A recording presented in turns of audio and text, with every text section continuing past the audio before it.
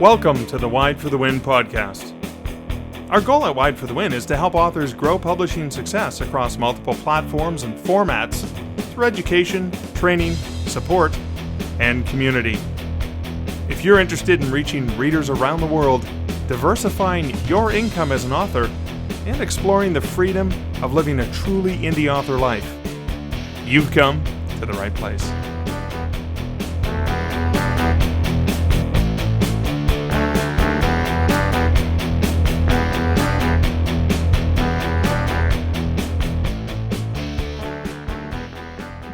I love our intro song. It's so nice. It's so nice. Yeah. I love the fact that it kind of warms people up. I'm like, okay, they're getting started. Let's settle in, get the popcorn, and let's see what verbal flubs Mark's gonna make this time around. Or Suzie, yeah, let's not forget me. Oh my gosh, tripping over my own words all the time. So how's it going, Suzie? Suzie and myself, Mark, are here to talk about managing your author expectations. If you have any comments, thoughts, suggestions, etc., just drop them. If you're watching live, yes, of course. What's that? If you're watching live, of course. Oh, there are people watching live. I can see that we have people watching live, so feel free. And I think Kristen writes a novel, says hi. Hello, Widlings. As well. As usual. And, Kristen being one of our most frequent watchers live. Yeah, and Kaylee says hi, everyone, and Suzie and Mark. So hey, cool. All right. So what do we talk about when we're talking about managing expectations? Well, personal story, not really. So if you pop into a big group like Wide for the Win, you see a lot of very successful authors paying forward advice that they've received, things they've learned, trying to help other authors. Managing your expectations, particularly if you're just starting out and you don't know what to expect yet. Don't look at those super successful authors and expect yourself to be able to hit that immediately is one of the biggest ones. So setting yourself up for success by not expecting yourself to be successful right out of the gate is a big one. And that's probably one of the biggest, I would say. And I think, a couple other things I want to say related to that, because often when people think about Wide and Wide for the Win, they think about Amazon versus everyone else. It's not Amazon versus everyone else. It's that Amazon is the biggest. It's the biggest retailer in the world. Like when you think about it, it's the everything store. It's the largest one. Yeah. So it does have a huge share of many, many markets. And there are opportunities. There are opportunities to, sell on the other platforms, but it often takes longer. I remember when I worked at Kobo, I used to tell authors, it can take up to 9 months before you start to see the results of the work you're doing now. And a lot of authors will give up after, the 90-day tour of duty, that is sort of like, I'm going to give it a month or 2 months or 3 months. And you might have to give it longer. The other thing is, even when you're wide, Amazon may still be a huge percentage of your sales. For example, I have mostly been always wide with all my stuff, for an exception of when I was testing out exclusivity, because I needed to try it out and experiment with it, just because I think you can't say you don't like your vegetables unless you've tried them, certain foods. Amazon, I think, is anywhere from 60 to 40% of my ebook income on a monthly basis. So that's another expectation. And then the other thing I wanted to share was I've worked in the industry long enough. I did work for Kobo for a number of years, and I also do work with Draft to Digital. So I have insight I look at a lot of data of sales from across the board. Mm-hmm. And I'm sorry, I hate to say this is true in traditional publishing. It's true in self-publishing. Most books do not sell a lot. Most authors publishing will be lucky if they sell a book this year. So, I know it's a harsh thing to say. If you are at a certain level, let's say you're bringing in 3 figures a month, you're already on the right track. You're going in the right direction. And you're trying to get to that next. You're trying to get to multiple 3 figures, or you're trying to get to the 4-figure level. You need to, and Paul Ardoin actually has a great book on this, on the 4-figure author, on how to get to that 4 figures a month. And again, it's a very realistic look at it. But the reality is not everyone's going to be hitting the 6-figure and the 7-figure author status. So a lot of authors, I feel, beat themselves up and have too many high expectations too early without giving it enough time. Yeah. That's a huge deal. It's just understanding that the percentage. I mean, we hear a lot from the successful authors because they want to share their information, and we're grateful for that. That's how we all learn. But don't expect yourself to be able to get to that, especially right away. I mean, eventually, yeah, sure, you can build up to that. That's one of the great things about self-publishing is it's opened the door for a lot of authors who, for whatever reason, maybe they wrote, genre-bending books that the author or the publishing world, traditional publishers, don't think are going to sell, and they end up taking off. If they're published. There's a lot of opportunity out there, and there's a lot of hard work that you're going to have to do to get there. But yeah, I mean, if you're selling 3 figures a month, or even, like upper 2 figures a month, you're doing pretty dang well. So don't look at somebody who's making, 5 figures a month and thinking that you're not doing or you're failing, because you're not. You're just not there, Or if you're making 3 figures or more a month on Amazon, but you're only making single digits or double digits on the other platforms, it may take some time to build that up. Should we add, Kristen posted a comment. I think that's worthwhile. So I'll read it out loud for the audio audience. Kristen says, I published my first book in March. Sold my first book on Kobo over the summer and my second last month because I applied for every percentage off promo I can. Slow going, but I'm thrilled every time I sell there. And the other thing, Kristen, and this is the other thing about the Kobo dashboard to be aware of, is the main growth Kobo's seen in the last 4 or 5 years has not been in a la carte sales. It's been in Kobo Plus. And it's really hard to measure Kobo Plus because the sales come in like a month and a half later. And it's not on the main dashboard. You have to toggle over. Because I look at it and I go, okay, my sales aren't doing much more than they were. They're just kind of stagnant. They're just kind of still doing what they've always done. The only growth I've personally seen is in the Kobo Plus numbers. And so when I toggle over there, and like from 2 months back, I can go, oh, yeah. It's the growth I'm seeing in Kobo Plus.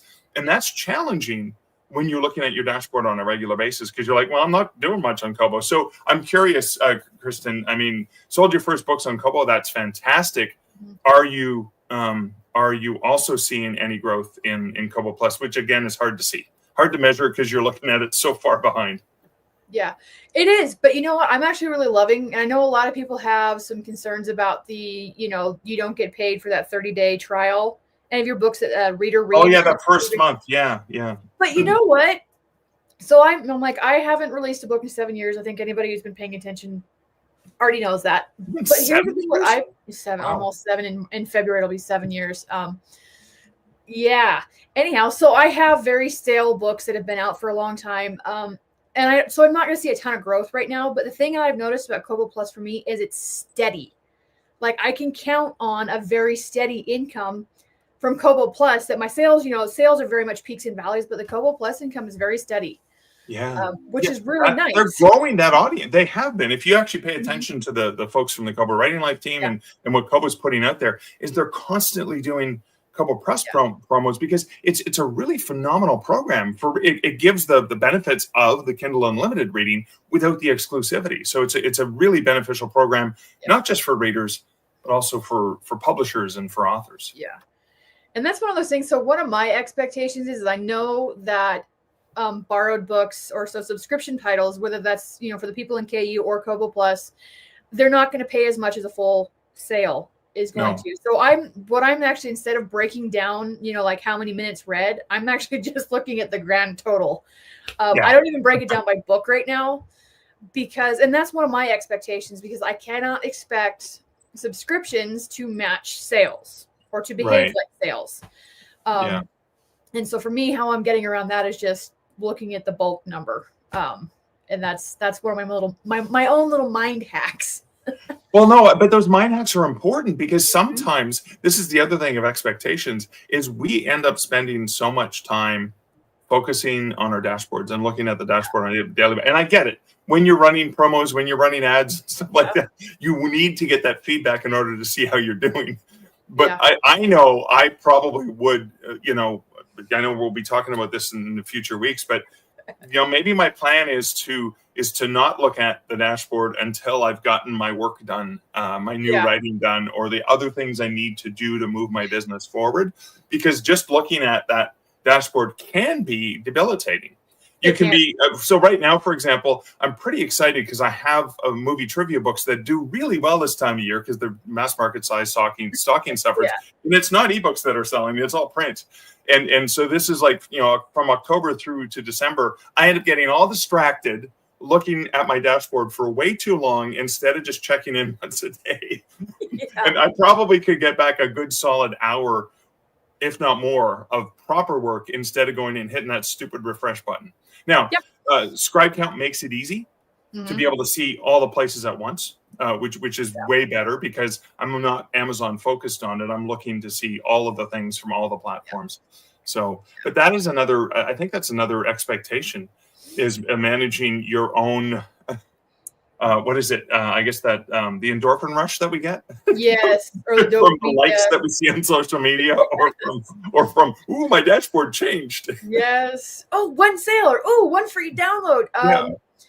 Yeah, 12 years experience has taught me that it's fun, especially when you start, like getting your first big, like my first book club blew my mind. And so I was sitting there, I spent the entire day.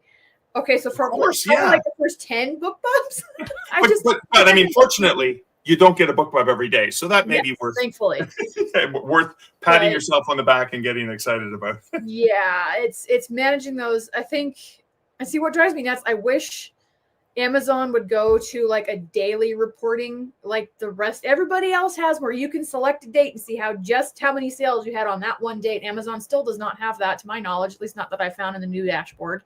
No, you can go. I can go in and under orders, I'd look at it, so I can check. Yeah, you can check out. You can check whatever range you want, and the range can be a single day. See, I like to check my numbers daily. So, like, you just want to see yesterday's sales. Yes, yesterday's sales. No, they always default. To this month. Yeah. I see what you mean. I could check just yesterday's sales, and then I could do it at the end of the day. So if I'm trying to gauge the most accurate, like a book club goes out about 9 o'clock Eastern in the morning, right? So I want to know how many sales I had the day before that book club hit, or, sales or free downloads, whichever. Right. Yeah. I can't do that with Amazon. It drives me nuts. So I usually end up checking my sales first thing in the morning, which is not great because then it puts my brain in that whole admin part instead of. Yeah. I need to get my writing done first before I do email or anything. And that can throw my day. And so that's another expectation too to consider is,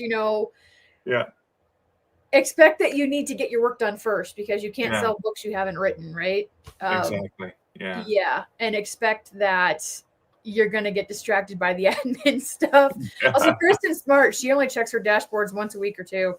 Yeah, which is really, really cool. I like that. Okay, so on a similar, the same topic, but this is a topic specifically for those who write children's books. Yeah. So Angela says, expectations for children's books are a whole different ballgame. Oh, yes. LOL. But here's why. They are going to be primarily print. So a lot of the tactics that authors use to get ebook sales are not going to work as well on print books. Yeah. And there's going to be a different market. Like when you're working with children's books, it's different because with an adult book, you're marketing to the person who's purchasing it usually for themselves.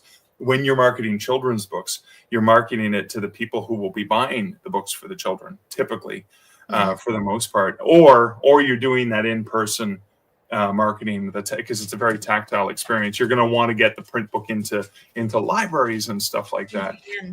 And the other thing, Angela, that I just a strategy that's worked for me, when I know there are some of my books that do really, really well in print primarily. I don't have children's books, but I do have hot print books that don't do well in ebook. I will still run those 99-cent promos on the ebook, knowing full well that if it gets under the eyeballs of the right reader, they're not going to buy the ebook for 99 cents. They're going to buy the print book because that's the thing that's more appealing to them. So those kinds of promos get the eyeballs on them. And then that usually for that type of product, they're going to go, yeah, but I'll just buy the print book. So that's a strategy that could work. Yeah, I have found some of my favorite authors because they ran a 99-cent deal on their ebook and happened to go on a newsletter that I was subscribed to, like BookBub or Robin Reads or one of those. And I'm like, oh, cool, they have print too. And I grabbed the print book instead of the ebook because I prefer print. Yeah.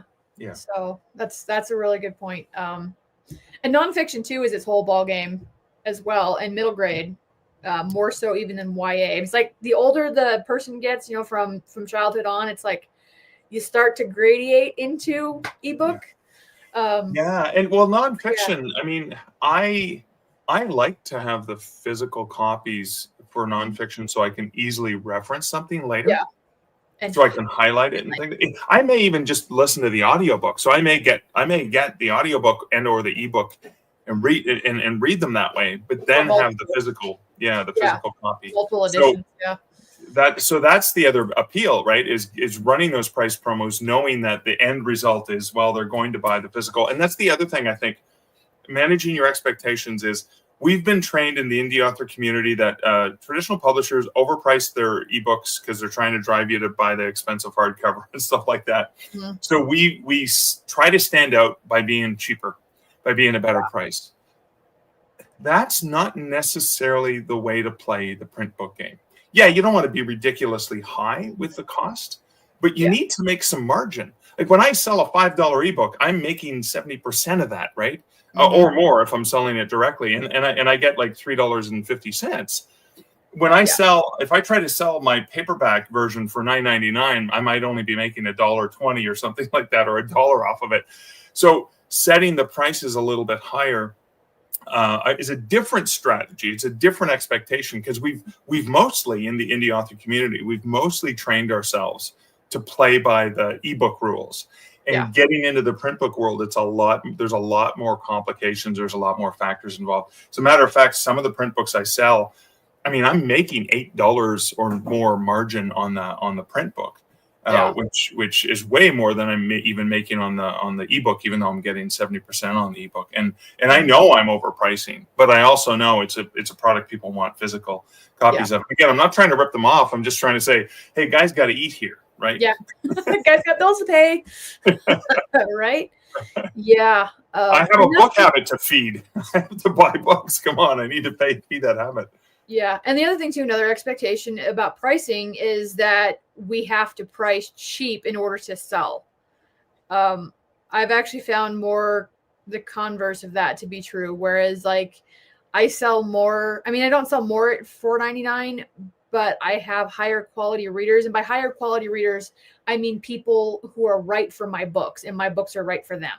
So more my specific author, my readers, my readership are more likely to pick up the book. Because if they're paying more money for it, they're going to make sure it's something they're interested in reading, instead of like, oh, it's only 99 cents. It's only $1, whatever. Exactly. It's okay. Yeah. They're already self-filtering. So they know, okay, I really want this. Therefore, they're more likely to read it. Most people who download a free book do not read it. So the other thing too is you get like huge downloads. I just had 10,000 people download the book one of my series. I guarantee you less than 1,000 of those people in the first 2 months even opened it. Yeah. They grabbed it, they threw it on their device, and they forgot about it. So the chances of them actually opening it are slim. But if they've had to make a decision saying, hey, this is a book that's $6.99 US, I want to make a decision that I'm going to read this book. It's not like, well, I'll just grab it because it's free. So they've already made that decision. They're more likely to read it as well. Plus 70 cents more per copy per dollar in your price per reader. Hurt. Yeah. And so I've tested, I'm actually looking at bumping. I have a book club coming up January 1st of all days, New Year's. And it's that's exciting. So I'm actually looking at bumping the prices of that series up to $5.99 again. When I did that experiment before, and this is pre-pandemic when I did it last time. I mean, people are expecting to pay more for stuff now because of inflation post-pandemic, right? Yeah. So we need to make more money as authors as well. So why not bump your books $1 or $2? When I did it before, I didn't notice any drop in sales whatsoever. And I was making an extra 70 cents per book. So, hey, win-win. Yeah. And then when sales started slowing down because I wasn't advertising as much, I dropped it back down to $4.99. Didn't really make a difference again. So, if you're at $4.99, maybe try $5.99 on your ebooks. Give that a shot. Well, especially, so your book, Bob, is that going to be a 99-cent or a free? It's a freebie. It's a free. So again, they're getting the book for free. Most people aren't going to open it right away. But the people who do read it, if they get to the end of it really quickly, they know they already have a good thing. So what's $6.99 or $5.99? Yep. Right. I already got whatever 6 hours, 8 hours of entertainment out of that. I mean, a slow reader could get a lot more hours of entertainment out of it. I think the ebook or the audiobook of that one actually has an audiobook. So that's another benefit too. I think it's 7 hours. 7 hours. Yeah. So, I mean, that's 7 hours at a regular reading rate. But if you're a Yeah. slow reader, that's going to be whatever. And if you're a really fast reader, like my wife can probably get through that book in 3 hours because she's just really, really fast. Whereas it would take me 12. Yeah. Or a couple days for me, because that's about as much time as I have. But yeah, it's and that's something I'm reassessing right now, and something other people might want to consider as well.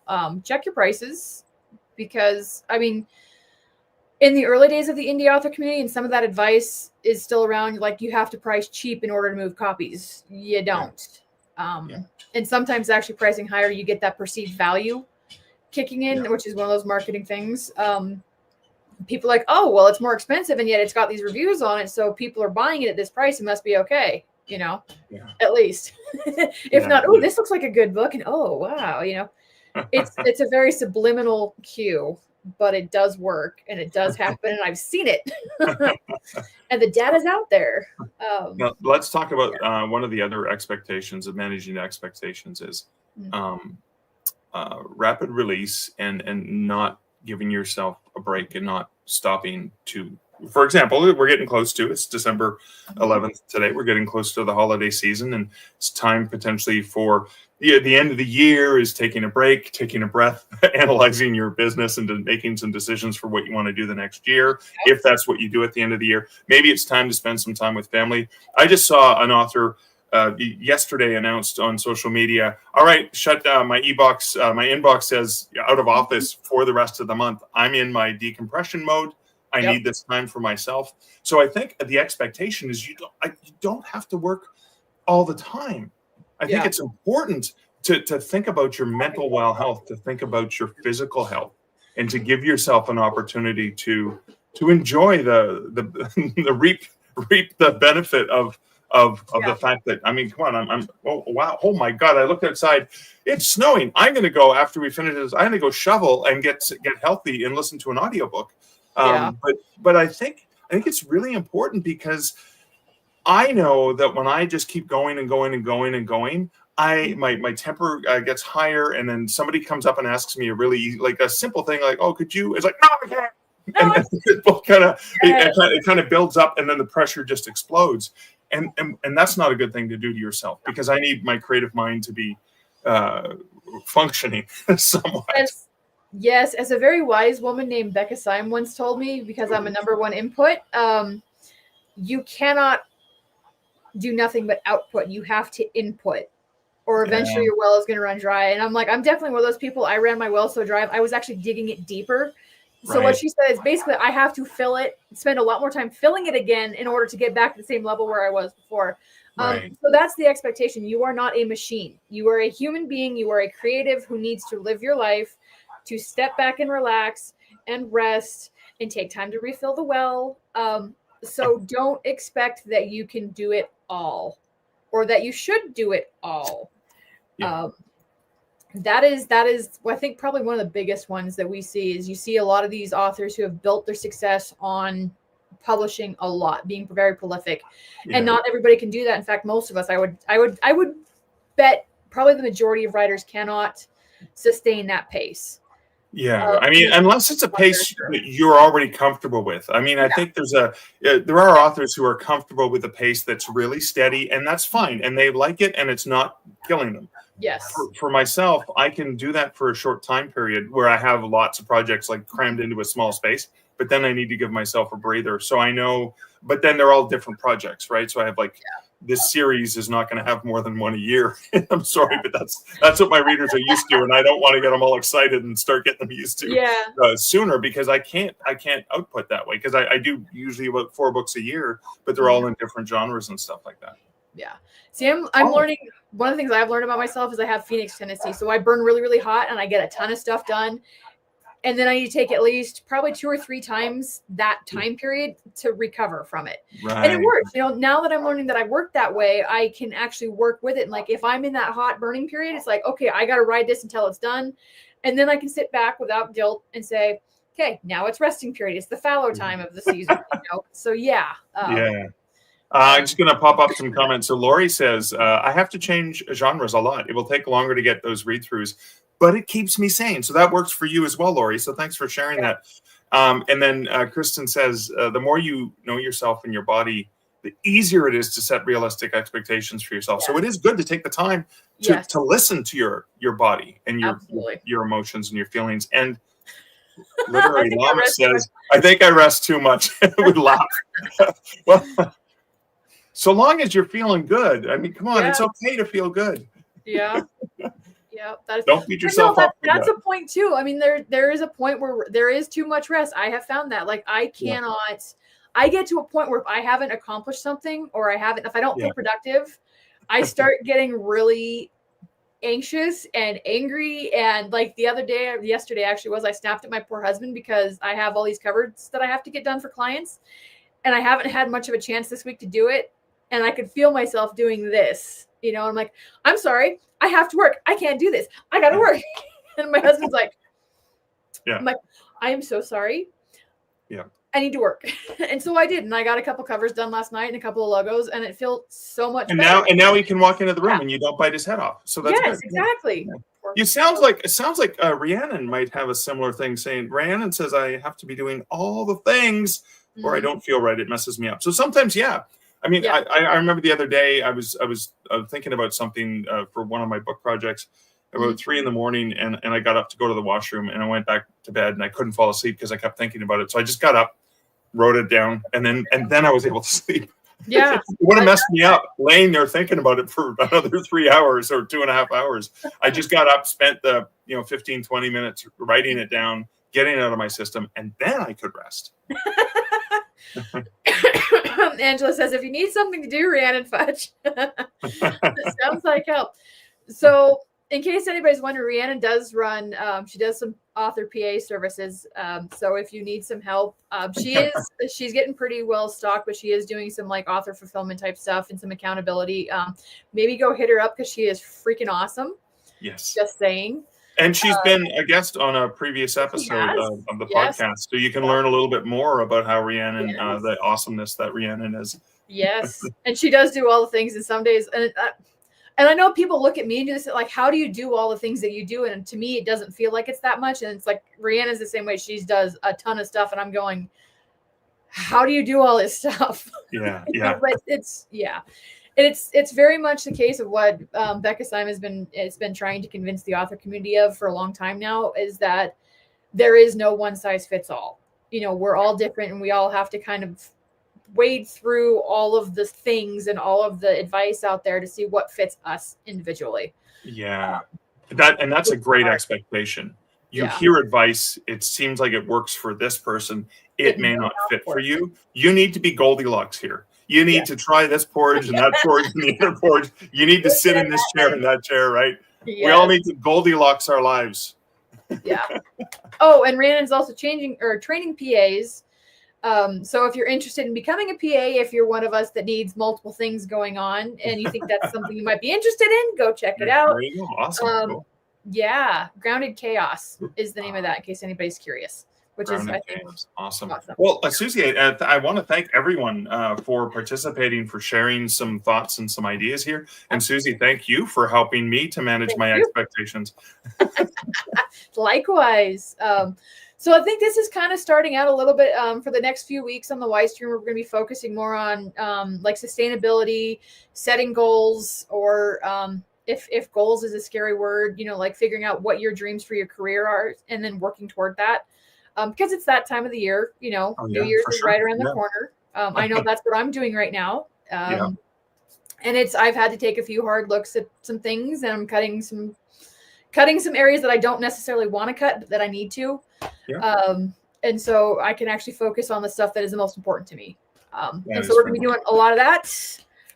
So we'll see you guys next week. All right. As always, check out wideforthewin.com. You can get to the circle group. You can get to the Facebook group. And don't forget to like and comment. Thank you guys for commenting. And subscribe. Subscribe to the channel so we can continue to grow this awesome channel. Thank you so much. And thanks, everyone, for watching. Have a great afternoon.